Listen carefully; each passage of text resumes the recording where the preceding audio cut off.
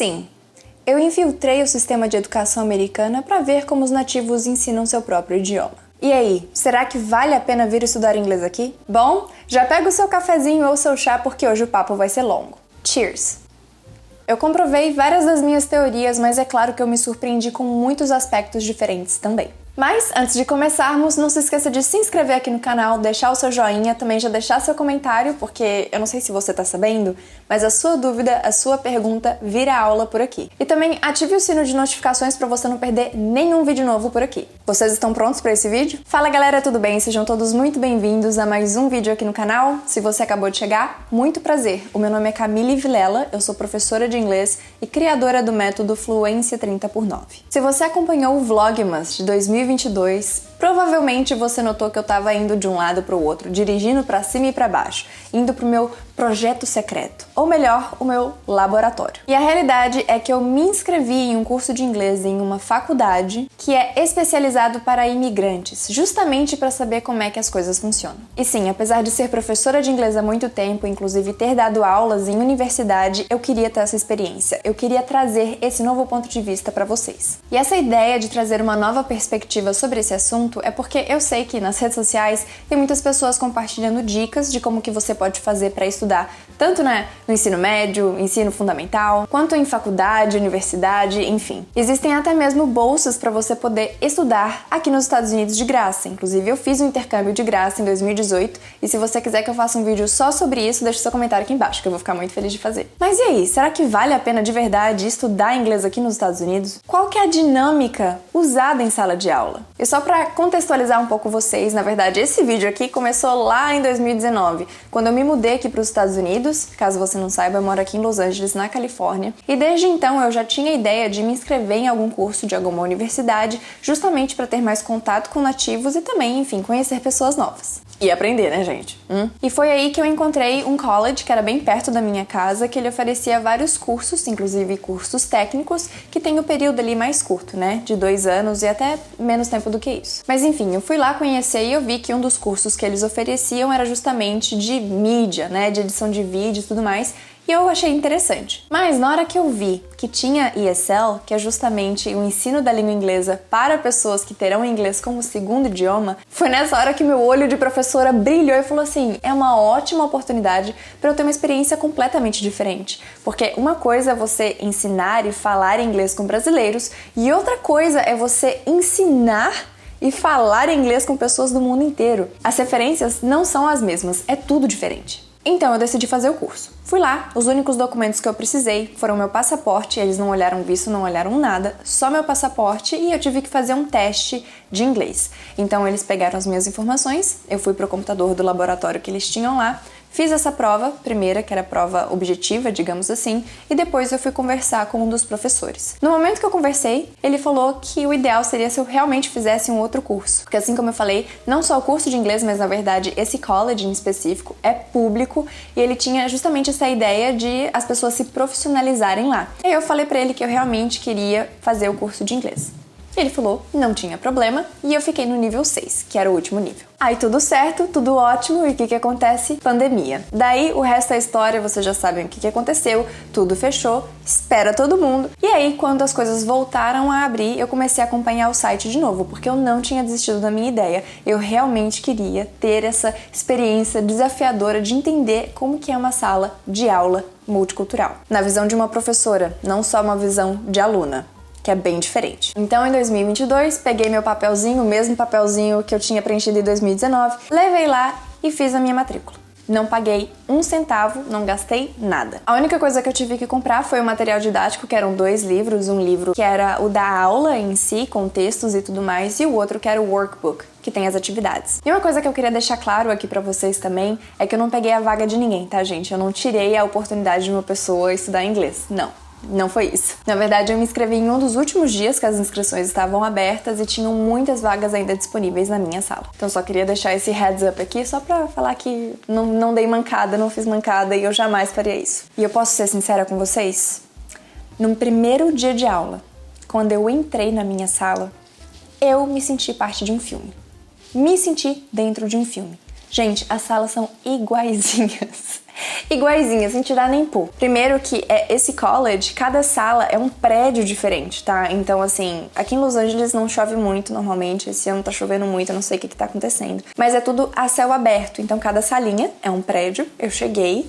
Você tem quadro em 2 paredes. A bandeira dos Estados Unidos do lado da porta. Aquele relógio bem tradicional.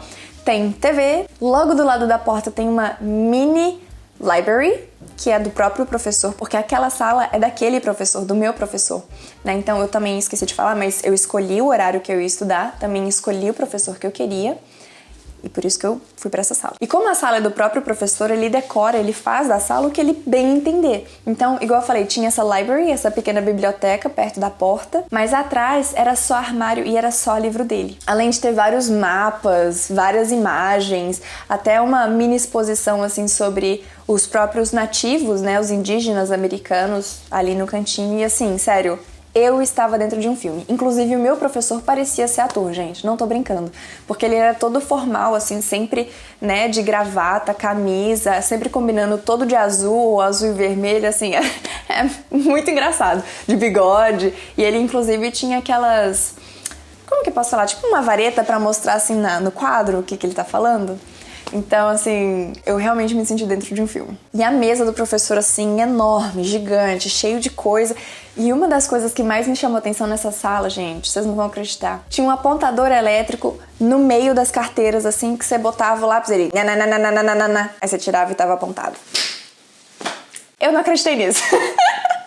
E só mais uma vez, lembrando que esse é um college público. E até agora, a única coisa que eu gastei foi com material didático. Mas vocês vão ver que é bem surpreendente.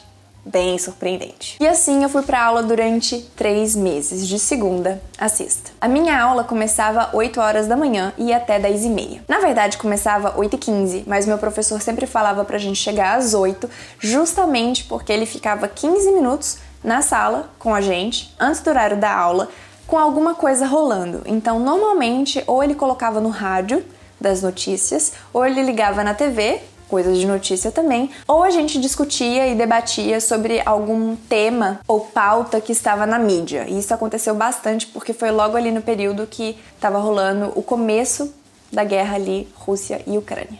Então você imagina. Minha aula era das 8 às 10h30 e eu demorava meia hora pra ir, meia hora pra voltar. Então por dia aqui, mais ou menos, eu gastava 3 horas e meia com isso, tá? Vai guardando essas informações. 3 horas e meia por dia. Tá, então Camille, e aí? Fala, vale a pena, não vale a pena? O que você achou? Qual é? Olha, a Camille, professora, ficou impressionada com algumas coisas. Primeiro, eu não tenho como desconsiderar ou não mencionar o amor do professor pelo que ele faz. Simplesmente sensacional. E isso me faz, inclusive, lembrar o porquê que eu faço o que eu faço, da forma que eu faço. Eu tive muitos professores incríveis ao longo da minha vida e não tem nada melhor do que o professor que ama fazer o que faz. Nada melhor do que isso. Porque ele vai dar um jeito simplesmente de ver o que está no alcance dele para que os alunos tenham a melhor experiência em sala de aula. Nada bate isso. Nada. Ele fazia o que podia para engajar os alunos nas explicações, pedia muita interação e isso é fundamental. Não era palestra, era aula. E uma das características mais, sei lá, assim, que eu acho que eu vou levar pro resto da minha vida que ele tem é que ele gostava muito de ensinar pra gente sobre a história dos Estados Unidos e também sobre arquitetura, design. Ele gosta muito de plantas, assim como eu. A gente tinha várias plantas em comum, inclusive. Mas sempre no começo da aula, quando tinha essa oportunidade de a gente conversar mais, vocês vão ver que não era muito bem assim, no começo da aula, ele falava das experiências da vida dele com um amor e coisas que a gente tem acesso de visitar e fazer, como por exemplo em museu. Ele até mesmo sugeriu da gente fazer um passeio fora do horário da aula, com ele sendo nosso guia dos pontos turísticos e enfim, coisas que ele mencionava. Então assim, sem palavras. E o mais fofo de tudo, ele escrevia as instruções de como chegar nos lugares, gente, juro. E ele explicava pra gente também como é que chegava nos lugares. E tipo, não precisa, né, teoricamente, você só fala o nome do lugar, você bota no Google e você vai. Mas ele falava, não, você pega a 118, vai até a 5 e não sei as quantas, que são as estradas aqui, né? Muito fofo.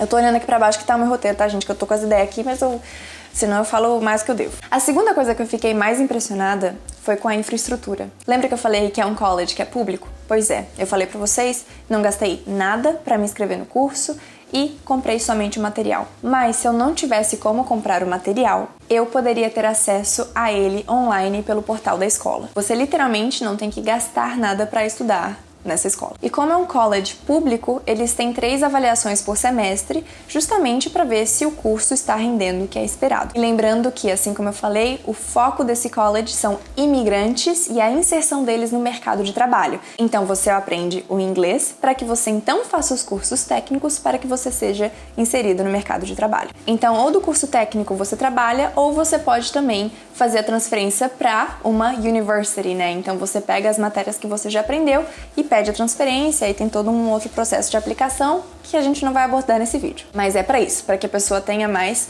possibilidades e oportunidades de carreira. E o terceiro item aqui é em relação ao incentivo, porque assim como eu falei, eu pude escolher o professor e o horário que eu queria estudar. Mas, por exemplo, digamos que você não tem como se locomover até o college. Você também pode estudar online e também você pode escolher o horário e o professor que você quer fazer esse acompanhamento. E parece brincadeira o que eu vou falar agora, mas não é. Você escolhendo fazer as aulas presenciais ou online, você tem direito a um computador. Computador. Eu disse computador.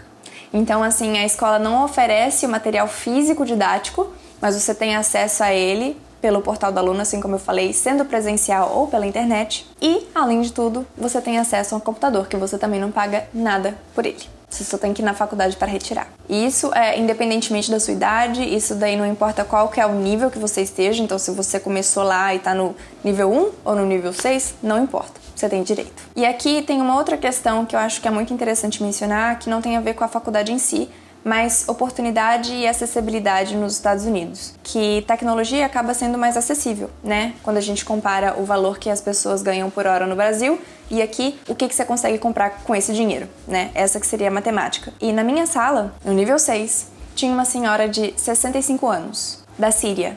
Ela tem um problema de visão, mesmo usando óculos, que ela não conseguia enxergar direito. Então, durante a aula, ela fazia todo o acompanhamento normal, só que ela usava um iPad para poder ler melhor ainda o livro. Então, a câmera do iPad dava um zoom, né, para ela poder ler. Então, isso é muito doido de se pensar. E vai deixando aqui embaixo seus comentários, as coisas que eu for falando, o que você tá achando legal, o que você tá achando de curioso, o que é diferente do que você tem acesso. E não tem problema deixar mais de um comentário não, tá? Então assim, eu tô falando aqui as coisas, a gente vai conversando, você vai deixando seus comentários, porque depois eu vou ler tudo. Incrível, né, gente? E talvez você tenha a sensação de que com toda essa infraestrutura e com toda essa oportunidade, só não aprende inglês quem não quer. Será? Que isso, Camille? Você tá na Califórnia com toda essa estrutura, é um estouro, não tem como não aprender inglês. Será mesmo? Eu te digo, a Camille, aluna, muito provavelmente teria desistido desse curso. Gente. Porque apesar de toda a infraestrutura, que realmente é incrível, é método tradicional até você falar chega. É demais, gente. Nó! E sabe como eu sei disso? Porque eu sei identificar muito bem, porque isso já aconteceu comigo lá atrás. Eu quase desisti do inglês por conta do método que eu seguia, que era tradicional, que era um saco. Se identificou? Pois é. Tem 2 coisas dentro do método tradicional que eu considero que são, assim, um veneninho. Aquela coisa que você tem contato e você fala, esse inglês aqui não é pra mim. A primeira coisa é gramática, né? Sim, tudo começa pela gramática, tudo começa pela regra. Decora, decora, decora. Decorou? Então, próximo assunto. É isso. Fora que o material didático, isso eu tô falando do próprio livro, né? Tem histórias e contextos extremamente datados, que não fazem parte da realidade. Discutir sobre como é que vai ser quando o celular tiver internet, pra você faz sentido isso? Não. Que já faz parte da nossa realidade. A gente tá com outros problemas para discutir. Então, assim, muita gramática, o livro baseado somente na gramática, e quando você tinha algum tipo de contexto, era extremamente ultrapassado. Olha que delícia. E a segunda coisa do método tradicional que mata a vontade de qualquer um de estudar inglês e alcançar a fluência é interação limitada. E a forma que eu vi isso não é porque eu sou uma professora em sala de aula, é o resultado dos alunos que estavam ali. Tinha gente que estava fazendo esse curso pelo 4º ano seguido. Essa pessoa conseguia explicar as regras dos tempos verbais, por exemplo, até tempos verbais dos mais complexos, mas ela não conseguia falar nem coisas do dia a dia. Ou seja, tá faltando muita coisa aí no meio. 4 anos. 4 anos. Gente, 4 anos é muita coisa. Então, assim, não tô falando que a gente não tenha que saber gramática, também não tô falando que a gente não tenha que saber das regras, muito pelo contrário, nós temos obrigatoriamente que saber as coisas muito bem para falar um inglês bacana. E quando eu digo um inglês bacana, é você se comunicar sem problema e dificuldade nenhuma. Mas poxa, imagina, depois de estudar por tanto tempo você não conseguir contar uma história de como foi o seu final de semana, ou de alguma coisa que você passou na sua infância, ou de alguma experiência de trabalho que você teve no seu próprio país, você não conseguir se comunicar em relação a isso é muito difícil. É puxado, não, assim, a sensação não é boa. E eu volto a reforçar aqui que esse é um curso para imigrante, tá? Esse não é um curso de pessoas que vêm de outro país para estudar inglês e passar o dia inteiro, né, ali o tempo integral estudando. Não é isso. São pessoas que moram aqui, provavelmente já têm filhos, têm que tomar conta da casa, também devem estar trabalhando e justamente estão estudando para poder melhorar a condição do trabalho e a qualidade de vida. Esse é o cenário. E vamos lembrar, 3 horas e meia por dia com esse sistema, e tem gente que ao longo de 4 anos não desenvolveu. Então eu volto a fazer a pergunta, qual que é o objetivo desse curso? Não é fazer justamente que as pessoas melhorem de vida? Será que tá funcionando? E assim como eu falei no começo da aula, o professor dava espaço pra gente interagir. Mas o que acontecia era que durante a aula a gente fazia a leitura dos textos, fazia essa parte de entender a gramática, fazia atividades, na maioria das vezes, escritas, e muitas atividades só de escolher opção, né? Atividades mais objetivas ali. E assim como eu falei, as pessoas têm o resto da vida delas, então a maioria não tinha tempo para ficar depois da aula conversando ou algo do tipo. E digo mais, nesse caso, como a gente está falando de imigrante, muito provavelmente, e na verdade era assim, porque eu escutei muitos casos dos meus colegas que eram assim, eles não conseguiam praticar em casa. Estando imersos na cultura, não conseguiam praticar o inglês em casa. E às vezes, por essa questão de vergonha, de se expor, de interagir, a pessoa não desenvolve, não conversa com outras pessoas em inglês. Então elas acabam se juntando ainda mais com as próprias comunidades delas, que é a mesma coisa com o brasileiro, né? É natural que a gente faça isso, que a gente chegue num lugar e já saia caçando onde que estão os brasileiros. E tudo bem, isso é ótimo, maravilhoso. Eu super sugiro que você faça isso para você ter uma rede de apoio, porque é isso que acaba acontecendo. Os nossos amigos viram a nossa família e é isso, ponto final. Então, se a gente tem pessoas que têm essa proximidade cultural, já facilita bastante as coisas e elas podem, inclusive, mostrar caminhos e formas de lidar com a vida nos Estados Unidos. Só que isso se torna um problema se você não tem com quem praticar inglês, né? Então, o que você aprende na escola decorando, você não consegue aplicar fora. E assim como eu falei, o professor é maravilhoso, só que existe uma liturgia da aula, né? Existe um objetivo a ser cumprido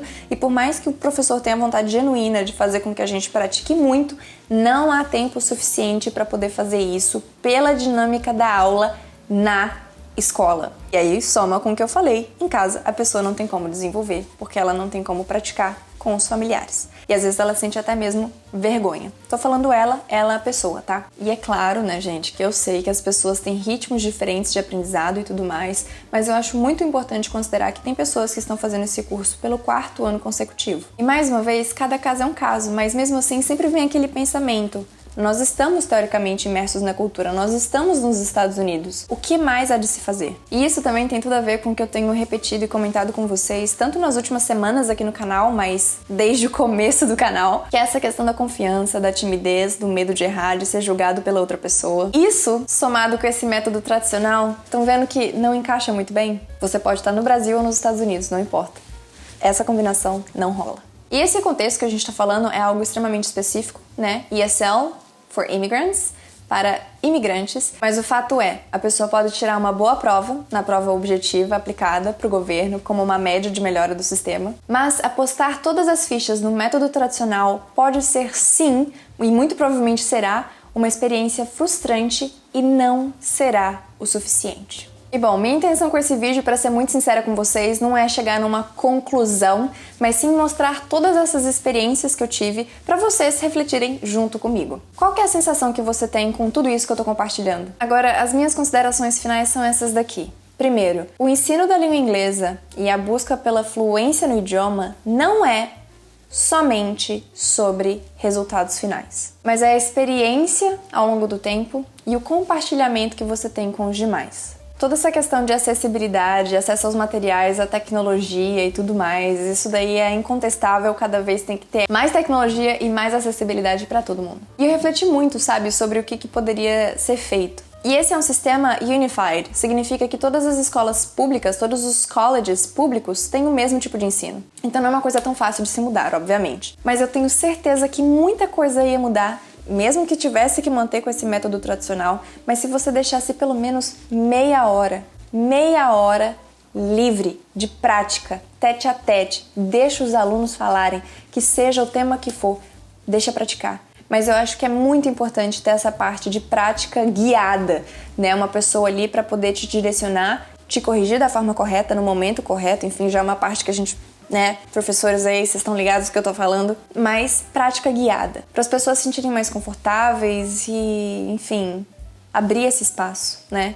Eu acho que só abrindo realmente esse espaço de interação e de tentativa e erro que as pessoas vão construindo confiança. Né? Então, essa seria uma forma mais prática de resolver pelo menos uma dessas questões. Mas assim como eu falei, melhor isso do que não isso. E gente, assim como eu falei, essa experiência de troca com pessoas que são de outros lugares do planeta, a gente não faz ideia o tanto que a gente aprende. Não faz ideia. Imagina só, se a gente já aprende, né, falando com pessoas que nasceram no mesmo país que a gente, que tem a mesma base ali, geral, de cultura, imagina fazer isso com uma pessoa que tem uma realidade ou teve uma realidade completamente diferente. É muito enriquecedor. Mas de uma coisa eu sei, pra mim essa experiência foi muito enriquecedora. Eu amei, de verdade, aprendi muito como professora. Gente, é outra abordagem, é outra. Como dizem em Minas, é outra formiga. Outra formiga. Realmente é um período que eu nunca vou esquecer pro resto da minha vida. Mas e aí, qual que é a sua experiência com o inglês? Você já estudou numa escola com método tradicional? Já se frustrou com isso? Já achou que você não seria capaz de falar inglês? Ou você já teve uma oportunidade de estudar fora? Como é que foi? E não se esqueça de me falar qual que foi a sua sensação com tudo isso que eu compartilhei. E só através de testes objetivos, não tem como medir a fluência como um todo. É isso, guys. Espero que vocês tenham gostado. Esse foi um vídeo mais diferentão, mas temos muitas aulas e muitos vlogs pra você maratonar por aqui. E é claro, se você ainda não se inscreveu, te convido a fazer isso mais uma vez. Então se inscreva aqui no canal, deixa o seu joinha, o comentário eu tenho certeza que você já deve ter deixado, né? Porque sim, muitas reflexões através desse vídeo. E ative o sino de notificações. Thank you so much for being here with me today and I hope to see you on the next one.